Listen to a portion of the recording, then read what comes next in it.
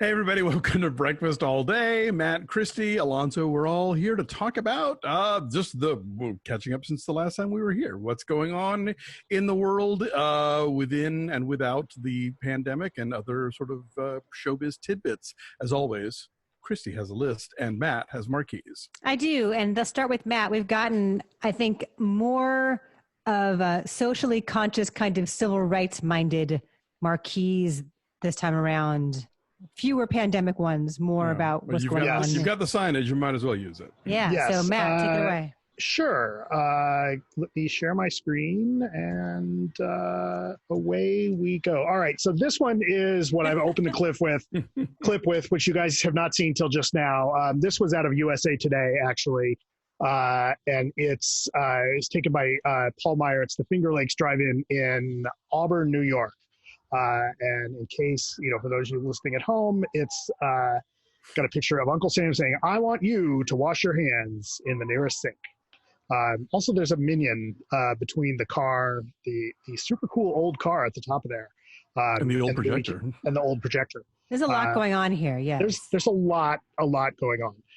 Okay, next up, we have a picture that this one was sent in by Bobby Lane in Concord, New Hampshire.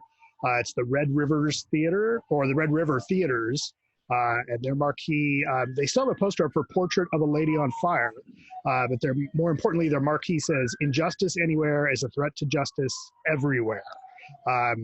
That'll come up again. And that's an MLK quote, right? Yes, it is, and that's not the last time we'll see that this week. So thank you to Bobby for sending that in. Bobby was saying that this theater in New Hampshire is a really cool art house theater and one of his favorite places to go. So they are socially conscious, which is great. Nice. Let's see. I'm trying to zoom in, and I'm not remembering how to do that. So this is like an Edward Hopper. This picture looks like an Edward Hopper painting. I know, right? Desolation and emptiness to this marquee here. Right. So this is actually. This is the Riverview Theater from Dave Anderson. We've taken pictures. We've seen pictures of this before. And this one says Justice for George on one side. We've seen the Riverview in Minneapolis before. As Dave says, the Riverview Theater has operated in a quiet Minneapolis neighborhood since 1948. It has some beautiful classic interiors from that era.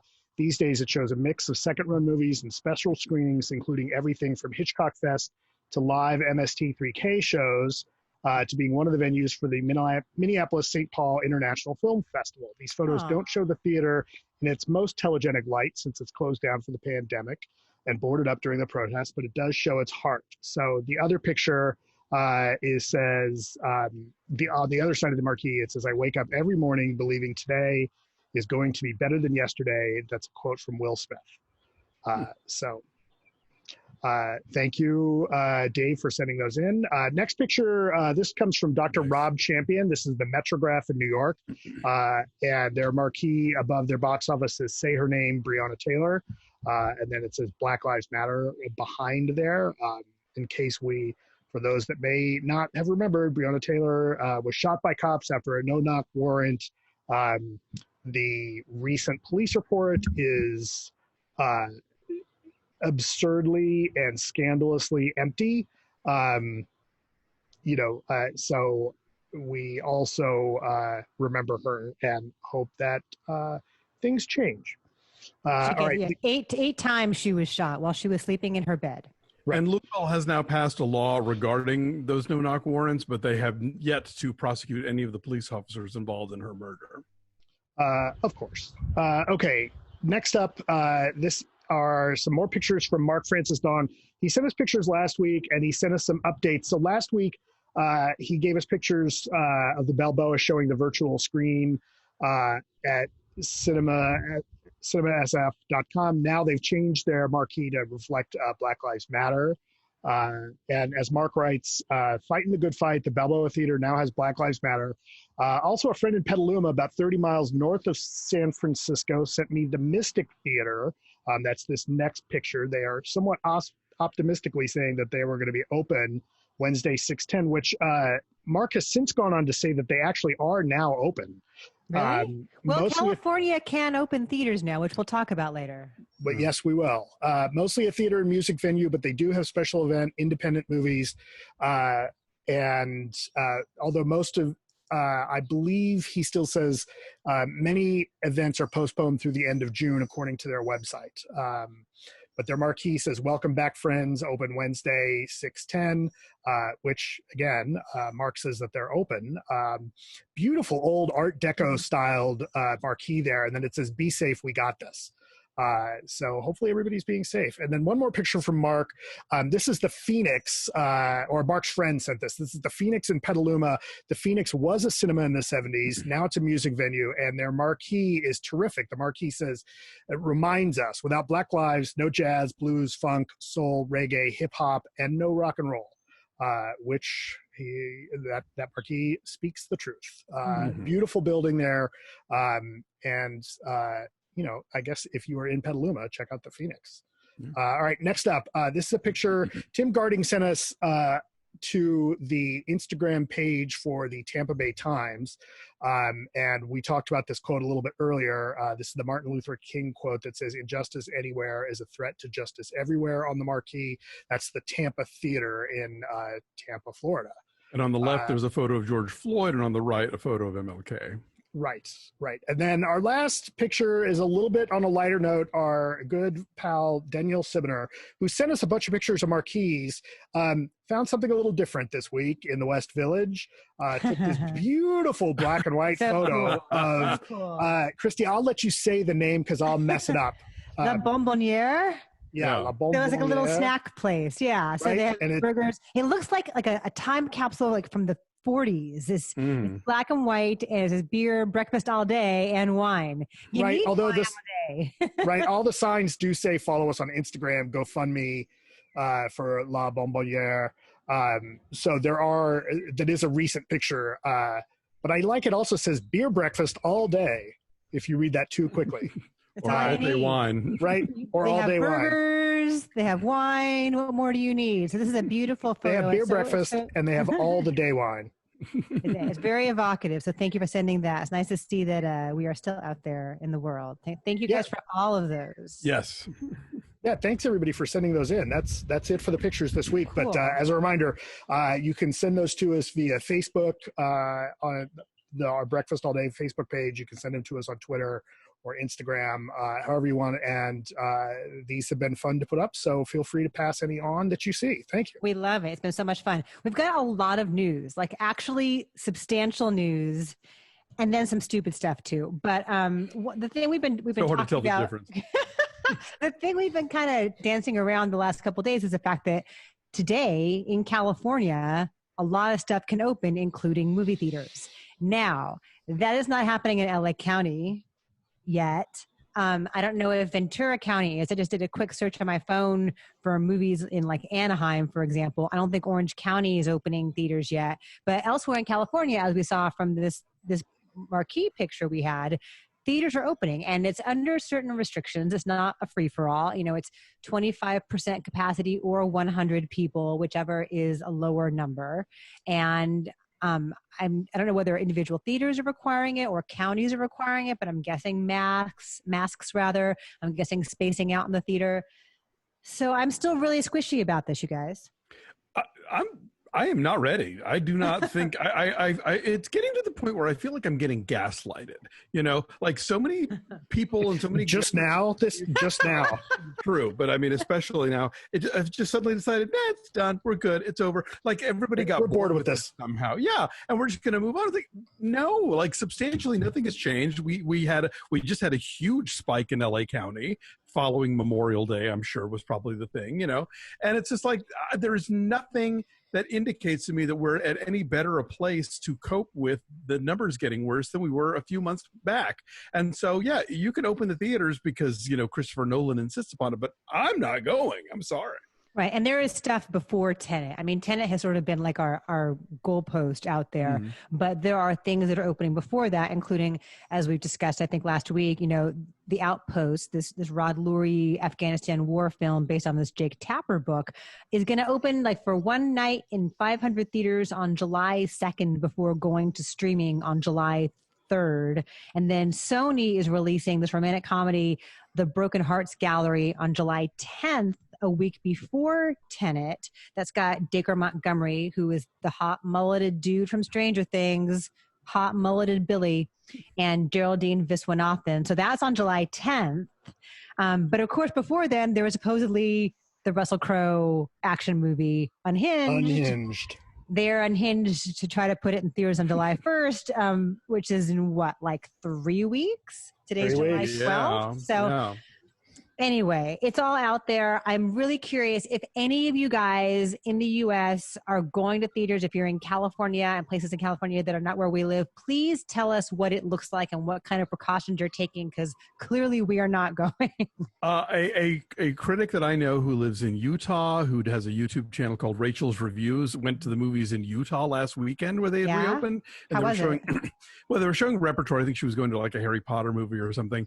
And it was, there was a lot of signage, there was hand sanitizer, but I'll tell you, like she filmed the guy from the theater who came out to do the intro, who was wearing a mask, but sitting in a row right behind him was some guy not wearing a mask. I'm like, okay, that alone is enough to make me leave the theater. So no one's regulating it. Okay. It doesn't look like it. And they also had like a separate entrance for like, I can't remember what they called it, sort of high risk or something. I'm like, why are we having high risk people come in at all? Why the fuck are you leaving your house if you're high risk? Exactly. Yeah. So because the theaters need money, right? I find none of this reassuring, So the fact that like, we've got Tenet and Mulan, and that has somehow outweighs public safety.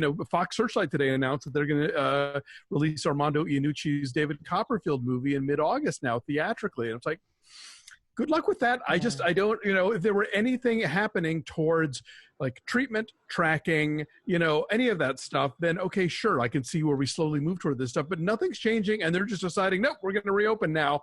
And the numbers keep getting worse, and they're going to get much worse as people, like all the statistics point to the places that reopen are now suffering for it and are now having lots more new cases. And it's like, well, then why are we doing this? Yeah, Arizona is in what they are calling like emergency mode. Like their ICUs are already 83% full. Anyway, right. So can I give you my cynical take on why this is happening? Why there's a push to get us back? I think we know, but go ahead. Right. So look, like we didn't have enough masks. We didn't have. Nationwide, right? Not enough tests. Not enough masks. Completely unprepared because that costs money, and the rich people can get theirs, but everybody else, like, you're on your own, right?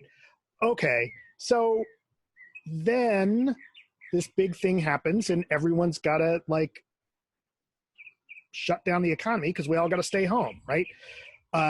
Which, that's a problem. There's a push to open things back up, and that was already going to happen. But the icing on that cake is all of the protests of the last few weeks if that then doubles down on the risk that the haves have versus the have-nots, right? So everybody in power, everybody with money is suddenly like, oh, geez, it's bad enough that everybody was staying home and not pumping money into the economy, but now they're protesting?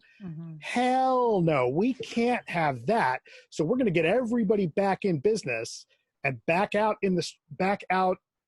doing things and working and buying so that we can kill two birds with one stone, so to speak. People are going to have to go back to work, and they're not free to protest anymore. And we're going to get the economy going. And if a few people get sick and die, hey, I'm rich. Who cares? That's the attitude. I mean, a lot of folks I saw either here or, on television, whatever, were wearing masks, but a lot of folks weren't. It's not like universal mask wearing is going on. Anyway, also to scare the shit out of you, Disneyland's opening up. Oh, my God. Like, I didn't want to go to Disneyland under optimal circumstances. I know Matt loves Disneyland. It's reopening on July 17th. So, Matt, you can either go to Tenet or you can go to Disneyland, but you can't do both. You got to pick. And then also Downtown Disney opens before that on July 9th. You can just go to the bar. I bet you I could do I bet you both, could. Christy. I could go You see a could. matinee down in At Anaheim Downtown Disney, yeah. and then go see. Yeah, that's a terrible idea. Terrible, right? Yeah. Terrible. It is. This is lunacy. Along the lines of, while we're on the topic of Disney, also speaking of Disney lunacy, they're going to do a Lionel Richie jukebox musical called All Night Long. All night long. Will it include Commodore stuff or just the solo I don't know. material? I don't know. It's a good question. I think Lionel's got enough material on his own, Alonso, that he could do his own show. He could. It's a fair question still. Are we getting Brick House or are we not getting Brick House? Are we getting easy? Listen, I cannot wait to see the twisted logic to get to hello. Oh, that's gonna be like the 11 o'clock number. Come on. And I hope it matches the video with the blind woman doing A sculpture. the sculpture. Oh. Nothing can top the drama and sheer humanity of the Hello video. Yeah, kids, if you haven't seen it lately, go back and watch it. It's a fucking delight. Here's the now. Is this a stage musical or a film musical? It's a movie, I think. It's Okay, Disney. because I was like, they have, they do Broadway and whatnot. They do, that's true. Here's the thing: if you were doing Let's it look on it up. stage, because now you got to have that sort of like gotcha. How did they do that expensive special effect challenge? They would have to have somebody dancing on the ceiling in a Broadway musical if you're doing a Lionel Richie musical, and it would be like, how the hell did they make that happen? And they would, there'd be some crazy like wire work and puppeteering and God knows what. But if it's a movie, it's a piece of cake. Like Stanley Donen figured out how to do that, 60 years ago. Original movie. Oh, okay. So they could dance on the ceiling with no problem. Fun Right? fact. CGI. Stanley Donen directed Royal Wedding, which is the movie where Fred Astaire does the famous dance around the thing. And Lionel Richie hired Stanley Donen to direct the dancing on the ceiling video, wherein he does the same thing. Was it the same technique where they just moved the room? Yeah, the camera and the set are locked together and they rotate. Okay, so other stuff going on in the world. Comic-Con is going to do Comic-Con at home, and that is going to be free online from July 22nd to 26th. So You'll have to step on your own feet. You have to not shower for several days. So I when we texted about this earlier in the week, I was glibly replying like, okay, so let me get this straight. There's going to be a bunch of nerd content online for one particular 4 or 5 days, and the geeks are going to check it out online. That's every day, right? But here's the thing: Comic-Con is where like a lot of trailers premiere, and sure. so Panels. I'm sure, yeah, and yes, it's on YouTube 2 minutes later, but everybody wants to be there before the 2 minutes. So I think a lot of people will tune in for that stuff, even though it will, as always, reverberate outward very quickly. Yes, so that is coming up too. That's something else that we can avoid. The Academy Awards came out with some news today that starting with the 2022 ceremony, they're going to have, the gardeners are here. I got to close the door. Okay. Anyway, Academy Awards are going to have 10 Best Picture nominees locked in from now on, starting in 2022. Please hold. Keep talking. Which, I mean, the math for this was always very complicated to me. Like, what made them decide to go above 5 and under 10? Like, I never quite understood how that voting breakdown works. So I guess this will make it a little easier to sort of, for the punditocracy out there that follows this stuff closely, like it make them easier to sort of guess what they are. Although, frankly, I think the punditocracy is kind of taking the fun out of it, because if Entertainment Weekly and TheWrap and Variety and everybody else pretty much like can tell you 3 days in advance, here's what's getting nominated with eerie proficiency. It's sort of like, well, then where are the surprises? Sorry about that. Also, are we still talking about the Oscars? We are. Yes. Okay. They also are trying to do more to diversify in terms of nominees. This is further response to the Oscars so white hashtag and complaints about, how very, very white the many nominees tend to be. So that is supposedly part of their planning in the years going forward. So Again, that's great. And we've talked about this a million times at this point. But again, it's like this is the end. This is the far end of the assembly line. Like if you really want to change it up, you have to start at the other end of the assembly line and have like more black execs, more black, screenwriters and directors and all of that stuff, more, just of color in general, getting the stories out there, getting picked up, getting produced so that there's more for the Academy to choose from. Right. You bring up a good point, Alonso, because it's similar. I have to imagine that Oscar nominations and Oscar wins function similarly to what we have seen for decades with, especially with Sundance, right? Like a male director could have some hot movie at Sundance and immediately gets a career. And how many times have we seen a female director have some hot movie at Sundance and then crickets? If they're lucky, HBO comes calling. Yeah. Right. So episodic. I totally agree with you. As we're talking about what the Oscar race would look like this year, it occurs to me, unless things really, really change and there's suddenly like by the fall some vaccine and everybody's inoculated and everybody's fine in Fantasyland, we all see there's that whole awards tour that nominees and would-be nominees do, which is all these like meet and greets and parties and a special luncheon with the stars of Police Academy and whatever, right? Which would have been amazing. Only you were invited. It's very special. That would have been amazing, actually. Yeah. No, Christy and I, as members of LA Film Critics, get invited to that jazz all the time. They're nightly. They are nightly cocktail parties. And I tend to avoid them because I just want to see the movie. And I was like, I resent the implication that I could be bought, that, as Margot Chaney says, that I can be had for the price of a cocktail, like a salted peanut. But also that I don't want to meet these folks half the time, even if I like the movie. I remember getting stuck into a really awkward corner with a director one time, and it was just like, I have nothing to talk about. I don't really want to do this.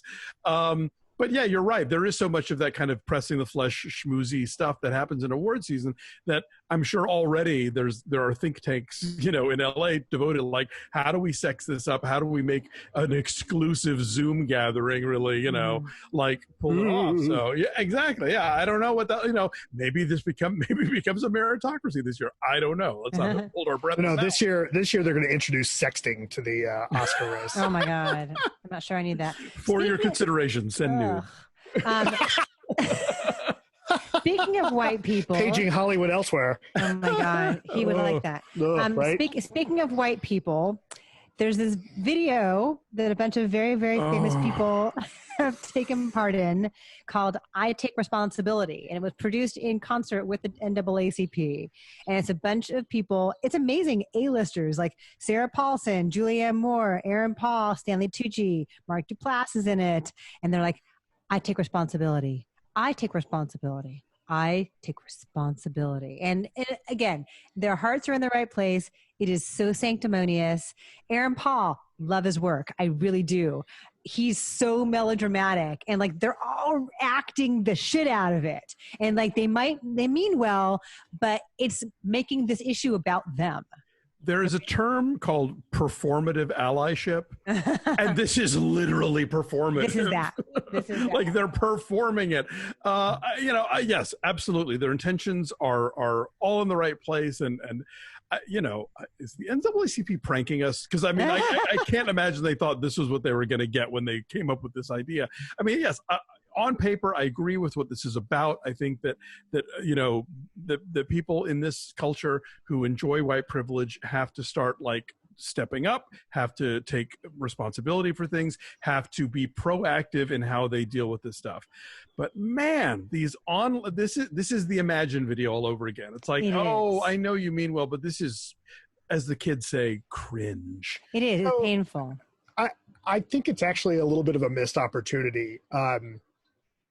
Because I, to a certain extent, a lot of the stars in there, it's a bit preaching to the choir, right? Like if you're going to watch that kind of thing, certain stars that if you really, really religiously follow, and I'm blanking on her name, who played Deborah Messing.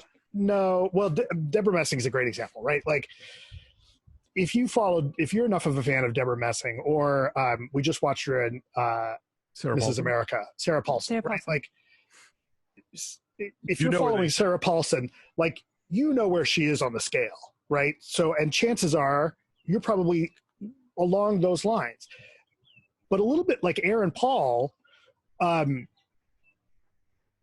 so I actually am a little bit more into him doing it. I want to see more like action stars, more of the like standard broski stars do something like that, because I think that's going to have more impact. Like, you know, not that he would do this, but imagine like, oh shit, Clint Eastwood says Black Lives Matter. Well, shit, then I better pay attention, right? Yeah, like that's. I'm sure Chuck Norris did not return calls on. Understood, but I'm just saying like that would be, you know, get a bunch of like WWE guys to do that, right?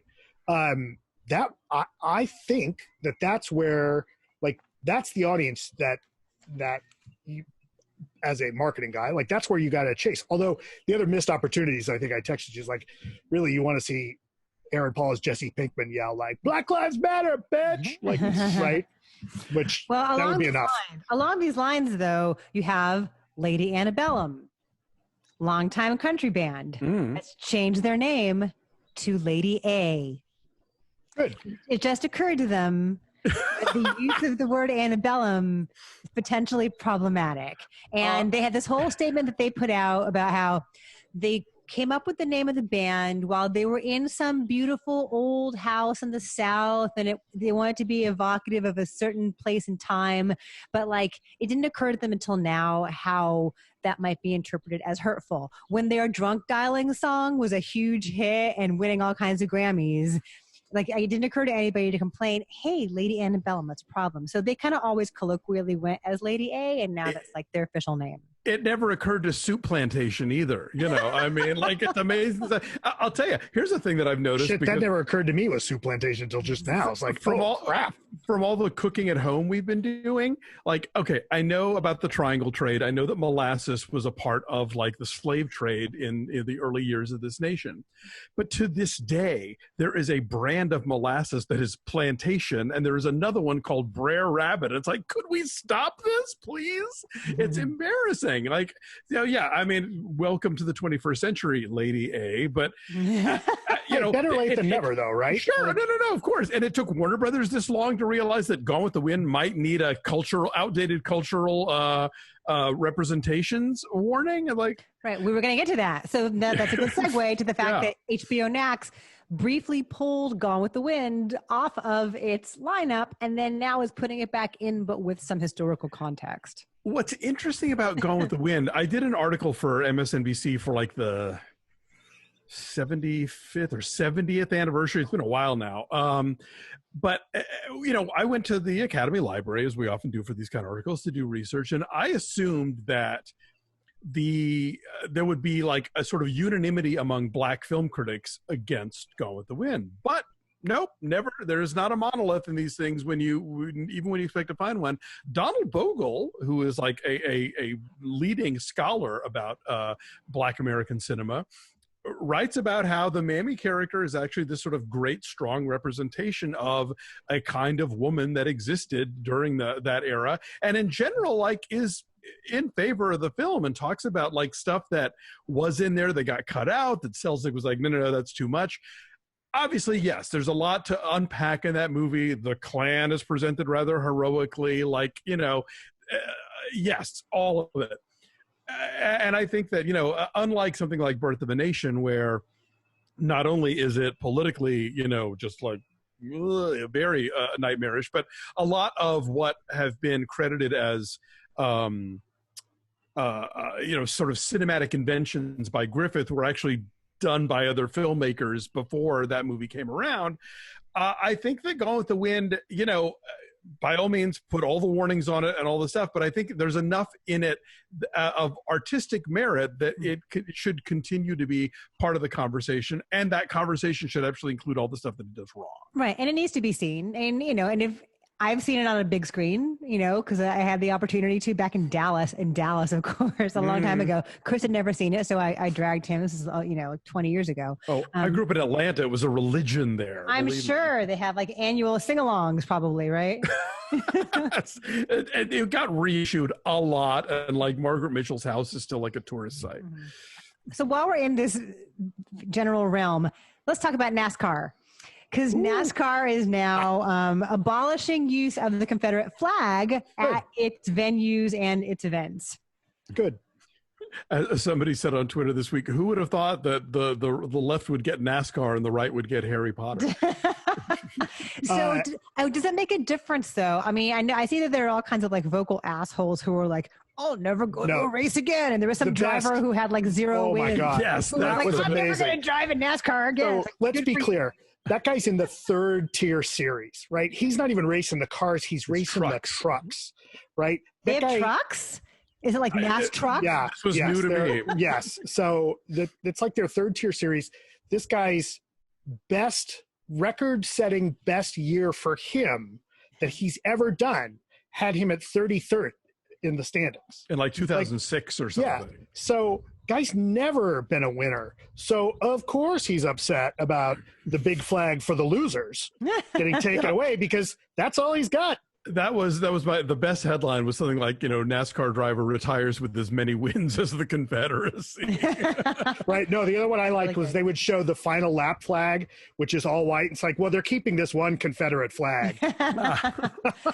But speaking of things that we can now indeed go back to, NASCAR is allowing a limited number of fans into its races. They're all in Florida and Alabama, of course. But if you want to go to NASCAR after you have gone to see Tenet and Disneyland, you can do that. Okay, look, at least NASCAR, A, it's outdoors, so you don't have to worry about air conditioning. Right. And B, like those are gigantic, arenas. So I'm sure those speedways. Yeah. So depending on how few people they let in, social distancing will be a breeze.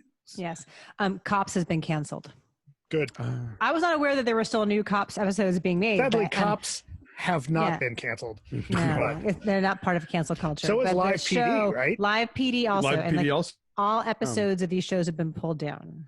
If you get the chance, there was a really good documentary podcast a few years ago called Running from Cops about just where that show comes from and how it got made and what the sort of behind the scenes were like. How do they get people to sign those release forms and stuff? And it's very fascinating and like if you thought you hated cops before, you'll after listening to the podcast, you'll be more appalled by it. Okay. I have a couple more things. Click on the cops getting canceled. Have you seen now there's questions about whether or not Paw Patrol also because one of the Is that an onion? That's an onion. No. I'm dead serious. No. Dead serious. Like people are now like, should they get rid of the cop character from Paw Patrol? Well, and look, like we think that that's a silly question because on the surface of it, it is. But are we and look, I normalizing stuff. Are we starting the propaganda at a young age? But Chase is on the case. Come on. Look, and the helicopter pilot is a woman. That's exciting. Look, right wingers are mad that they took away Elmer Fudd's rifle, so it'll piss somebody off anyway. But no, I think it is a valid point. I mean, there is a lot of talk about in terms of not just defunding the police, but also taking them out of not canceling their appearances with kids. And have you seen the pictures where kids are trying on the riot gear and stuff? It's just it's a little unsettling. But I see where that argument might be coming from. I gotta go back a second. The right wingers are mad about Elmer Fudd. That's their hero. Yes, they've taken his rifle out. That's the guy they're going behind. Look, Matt, they're coming to get your guns. They would like you to know. They've been saying this for the last 50 years. They're coming any day now. That's an elephant gun. Obama, for 8 years, was going to come take your guns, and then he didn't, and that's all part of a very stealthy move, Right. So whether it's wabbit season or duck season, exactly, or Elmer season, no fun. Somebody online had this really great suggestion that the next season of Brooklyn Nine-Nine, when production finally resumes, they should all work in the post office. Inexplicably, right? They should just. Yeah, somebody could just walk in and say, "I had the weirdest dream last night." And Okay, a few more things. There's a trailer for the new Bill and Ted movie that came out. I'm really excited about that. Any Bill and Ted news is good. Dave Chappelle just yesterday put out a stand-up. I mean, to even call it stand-up, it's a performance. It's monologue. It's called 846, which is the amount of time, of course, that the police officer in Minneapolis was kneeling on the neck of George Floyd. He, admittedly, it's going out through Netflix, but it's on YouTube as well. And admittedly, he says it's a little raw.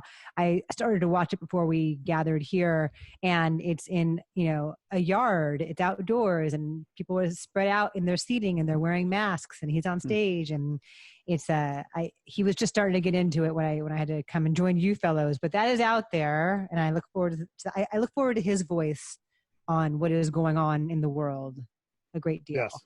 If you listened to our podcast last week, you probably enjoyed the insanely catchy sounds of Lose Your Job, our opening song, which was taken from a viral video of a young woman named Janiqua Charles, who was being detained by a security officer. This happened in South Carolina in like January or February.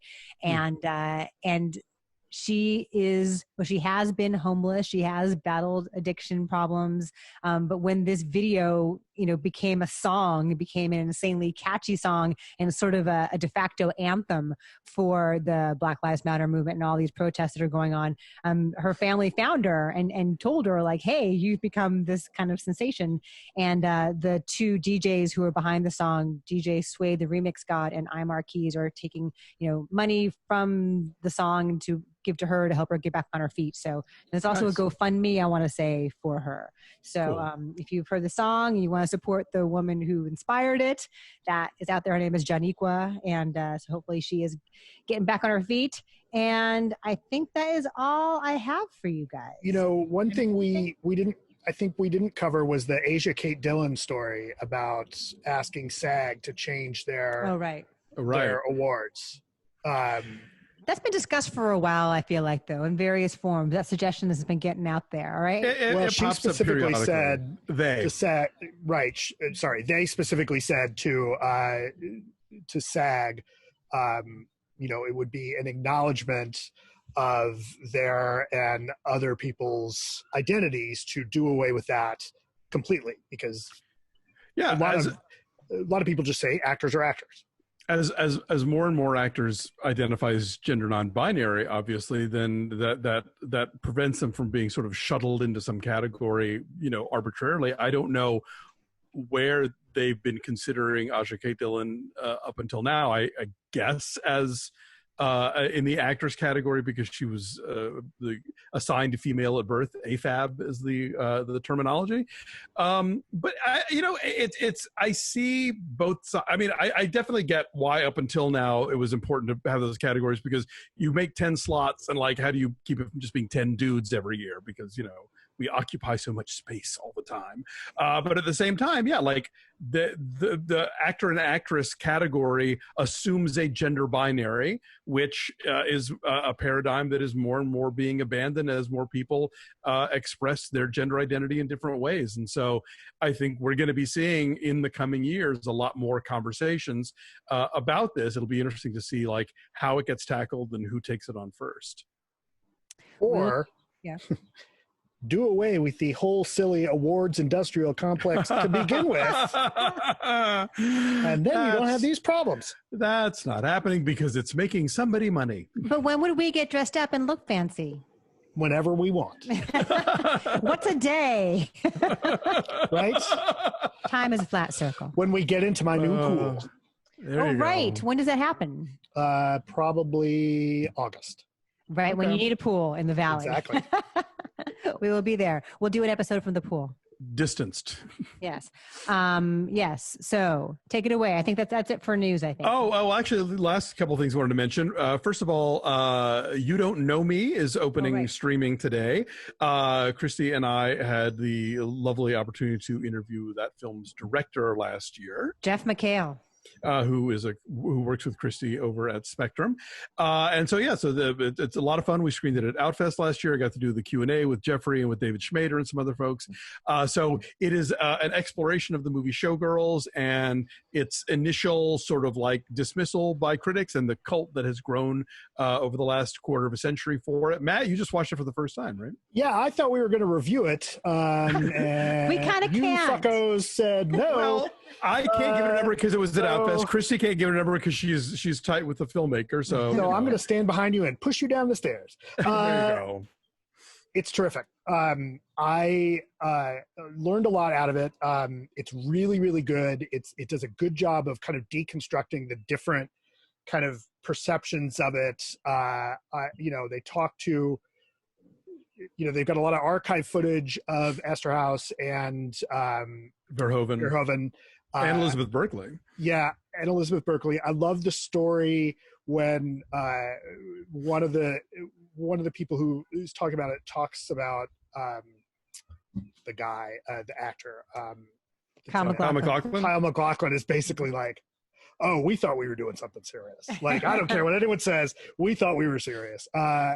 The kind of arc that you get is really good with Elizabeth Berkley. I really like that. So I think it's totally worth seeing. I really recommend it. And also, I learned another very important thing from this movie. I've never sat and watched Showgirls from beginning to end in one take. How is that possible? Have you now gone and have you fixed that? Well, no, because I just watched it yesterday. So I envy you this experience. So maybe, I mean, I've seen probably at least 60 to 80% of it, but I've never like watched the whole experience. So maybe we should all watch it and discuss it. Oh, on like Twitch or Discord or something? Oh, yeah. Well, I mean, just like as one of our reviews or maybe as a something Patreon. for our Patreon. Totally. Like, I'm in. We should do that. We should do that. Showgirls at the slightest provocation, I will watch Showgirls again. Yeah, I got to tell you guys though, I was trying to describe Showgirls to my wife. I'm like, oh, yeah, I just watched this documentary about Showgirls and it's great. She's like, I don't think I ever saw that. Maybe I did. Is that the one with? I'm totally blanking on names today. She's like, is that the one with Demi Moore? I'm like, nope. That was Striptease. She's like, okay, wait, that was with Cher, right? I'm like, nope. That was Burlesque. She's like, I said, this is Elizabeth Berkley. And she's like, I don't know. I'm like, this is the worst part. I was like, yeah, it's basically all about Eve, but with Vegas strippers. Jen says, I don't know all about Eve. I was like, again, I envy her that wow. First viewing. That's exciting. So, I've stopped it's saying like at my house. I've stopped saying I can't believe you can't see that. I now say I envy you the opportunity of seeing it for the first time. Right. So her watching All About Eve for the first time, that is like, very exciting. She's gonna love. I can't believe it's not butter. Yes. So Showgirls was an early date for me and Chris. We went and saw it in the theater at the mall in Salinas, California when we were dating in 95. Yes. So was that before you took him to Gone with the Wind? Yes. Yes. Well, that was Dallas. Yes. It's funny. Speaking of movies turning 25, Dave went to go see Party Girl, which is now celebrating its quarter century, with Parker Posey. Great 90s indie comedy. Love that movie. He went on opening day in Fort Worth, Texas, and it was in like one of the smaller houses at like an AMC multiplex. And right before it started, like these four sort of business dudes came in. It was the Friday matinee on opening day. And he was sort of like, I don't know why these guys are here. And then as the movie continued, like they kept getting up and leaving and not coming back. And eventually he realized they thought they were in the Showgirls house. And they walked into Party Girl instead. When does Parker Posey get naked? Exactly. So Matt, sorry, what? I mean, she does shower with Guillermo Diaz in that. That's true, but it's. But I don't think you see much. Yeah. You're gonna take the Jeffrey interview and post it on YouTube. So I am. Oh yeah, Matt's gonna post it. I'm gonna repost my interview with Jeff McHale. We talked to him last year. Awesome. And just one last thing. Today is Friday, June 12th. If you are watching / listening to this on this day, tonight I'm on Turner Classic Movies starting at 8 p.m. Eastern, 5 p.m. Central. Dave Carter. Thanks for the warning. You're welcome. We're doing a Critics' Choice LGBTQ films. Tonight, I'm going to be screening Our Betters, a 1933 comedy from George Cukor, the 1961 British drama Victim, and the seminal 1977 documentary Word Is Out. And then tune in again in 2 weeks on the 26th. Be Ruby Rich is screening the German silent classic Mädchen in Uniform. Cheryl Dunier's The Watermelon Woman, which is an essential new queer cinema title. And Sally Potter's Orlando, starring Tilda Swinton. So hopefully those are 2 nights you can tune in and catch these flicks on TCM. Awesome. Do the spiel. I will. Thanks for watching, everybody. Like this video, subscribe to our YouTube channel, follow us at BeFastAllDay on Twitter, Instagram, and Facebook, and go check out our Patreon page at patreon.com/BeFastAllDay. We are winding up on The Great. That's going to end next week for us. And then soon thereafter, we'll be launching into the new Hulu show, Love, Victor. So you'll want to be around for that. Plus, cool exclusive stuff for members, including a monthly classic film that our members vote on and pick for us to watch. So lots of fun stuff. Thanks for listening. We'll catch you guys next time. Bye.